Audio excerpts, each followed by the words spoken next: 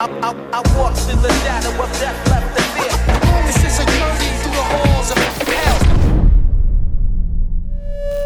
Yes people, what is good? I am BA and today I want to talk about the Blade movies. Now when Blade first came out, this was long before the Marvel Cinematic Universe times or the DC Universe times, or when superhero movies had not yet conquered the world in general. There had been successes in the past with the Batman movies and the Superman movies, but I feel like Blade was really the first mainstream movie that brought comic books into an adult realm. There are things that even precede Blade for that. The original Batman was a 15 and actually quite dark and adult. And also there were things like Darkman and other movies, but Blade truly felt like it had the promotion of a mainstream big budget movie while being a graphic 18 comic book superhero film. And I have to say, it kinda pissed me off when Black Panther came out, and just because it fit the social agenda at the time, people were like, oh, this is a revolution, this is the first black superhero, times are changing. It's like, bro, 30 years ago Wesley Snipes did that shit first, and he did it more gangster, and he did it in a more graphic, adult and modern style. To this day, Blade to me is an example of what the Marvel Cinematic Universe gets wrong, in that there isn't a single one of the fights that even if you're a super fan, you probably watch back and go, the choreography of this is incredible. It's never a good martial art combat fight in any of these superhero movies. It either looks like a bunch of CGI lasers, CGI explosions, people getting thrown through CGI buildings, people flying about or moving at superhuman CGI speeds, and it all just looks like a video game cutscene. Blade is nothing like that. Wesley Snipes is an actual brilliant martial artist, and whenever a fight scene happens in this movie, it is memorable. To this day, I put on the opening scene from Blade to see the fight scene in the Blood Club. To this day, I put on the finale fight scene in the room where they have the ritual. And I feel like because of the quick turnaround that these big Marvel movies have nowadays, they just don't take the time to think, you know what we need to do? We need to hire a really good martial arts stunt choreography team, let these actors actually memorize the fights in a warehouse for 6 months, and then film it. And on top of that, even when they do film the action, it's static, uninspiring shots, quick camera cuts, or just something that's generated on a computer. These people do not know how to make the camera frantic within the action like Gareth Evans, who directed The Raid, does, without it being a CGI bit of trickery. Ranting aside, my point is that to this day the fight scenes in Blade absolutely stand up. If you haven't actually seen it, by the way, I think the character's got such a cool origin. Basically, his mother was pregnant with him, and when she went into labour,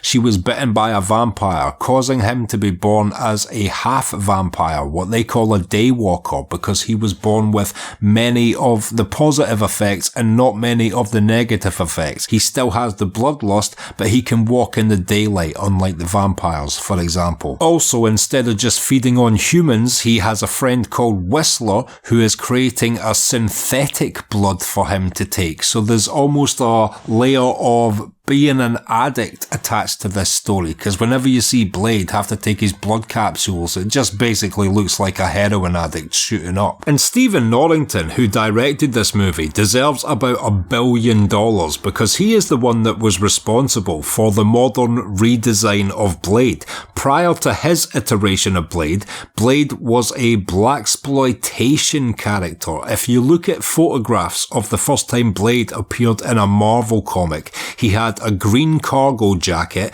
wooden stakes, an afro, and was calling vampires things like jive turkeys. Stephen Norrington came in, completely redesigned and modernised them, and even though it's a bit Matrixy with the trench coat, this was in production at the same time as The Matrix, so it did not rip off The Matrix. And with that redesign, plus the vampire hunter aesthetic, he's just created an absolutely instantly iconic character, an urban Van Helsing. And to this this day, the original Blade is one of my favourite comic book movies. The only thing that actually does let it down later on is a few moments where the CGI hasn't been done too well, and I feel like there's some camera shots they decided to use in the final act, which they could have done without. Specifically, and I can be specific here, just before he fights a henchman with a shovel, there's another henchman he fights. They're 2 feet away from each other. They continue to spin kick at one another like 2 or 3 times in a row, and then the camera just cuts to him grabbing the guy's leg. But those 2 or 3 seconds of the two of them trading spin kicks into thin fucking air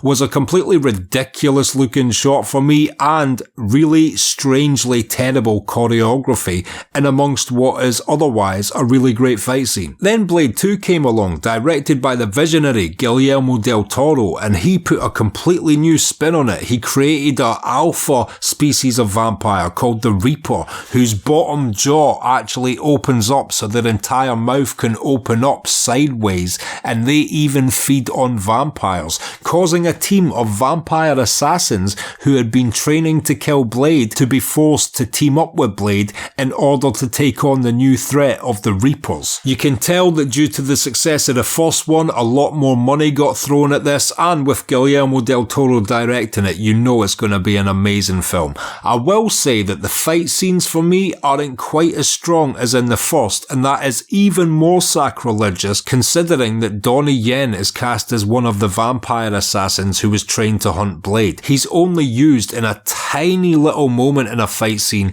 where he gets to do a triple kick, and then soon after that he's killed, and it's like, what are you doing getting Donnie Yen in your movie and not asking him to annihilate a room full of dudes? He's like one of the best people in the world at doing that. That's why John Wick 4 let him do that, and look how good he was at doing that in John Wick 4. Many people think the sequel is superior to the original, but I think there's a certain magic to the original which none of the others were able to recapture, and also just the fight choreography is the best of the trilogy. Now, there is a third Blade movie as well, but I'd be doing you guys a disservice and wasting my own time going into any length on the subject. It's a terrible movie, directed by David Goyer, who's a famous writer, who was one of the first writers, I guess, who managed to convince Hollywood that he knew how to write a comic book movie. So he got a lot of early work in writing some of the early comic book movies in Hollywood. Unfortunately, behind the camera, he's terrible. As a casting director, he's terrible. I mean, he had Triple H in this movie who just can't act. He had a guy who looked like a catwalk steroid addict playing Dracula. The costume design choices, I don't know. I just don't think he gets how to turn it into a working visual medium almost, because there's bad decisions all over the place. But even though the trilogy ends on an incredibly low note, all you have to do is emotionally detach yourself from the fact it exists, pretend it never existed, find any copy of Blu-ray, DVD or VHS of it you can find anywhere in the world ever, and launch it into space, then destroy the planet you see the space probe you launched it into space with on, then destroy yourselves. Point being, it's a shitty movie. But if you're judging this just by the first 2 films, they are absolutely incredible, stand up to this day as some of the best comic book superhero stuff, and it was before people were thinking ahead too far, so that projects became clustered with characters just so they could set them up for their own spin-off movies and all this stupid planning for future films instead of actually trying to make the film you're working on right now good. Blade is a film which is just trying to be a film about Blade and as good as it possibly can be, and the first 2 Blade movies are great. And as always, if you've liked this review, click like, subscribe, comment down below, come and join the Patreon and support me personally. Until next time, I've been BA, peace.